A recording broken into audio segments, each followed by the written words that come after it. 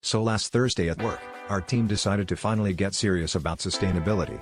My co-worker, Brian, volunteered to kick things off with a bring your own mug policy.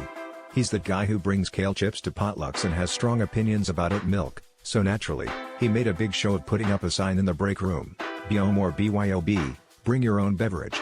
Everyone nodded solemnly, cradling their mugs like tiny ceramic trophies.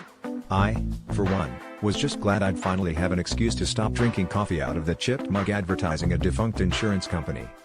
The next morning, Brian arrived looking like he'd just lost a fight with his compost pile, hair askew, bags under his eyes, clutching his laptop and absolutely nothing else.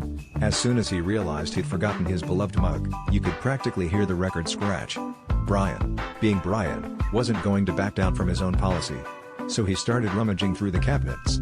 First, he considered a Tupperware container, then briefly flirted with the idea of a gravy boat, and finally, he emerged triumphant, holding up a glass flower vase.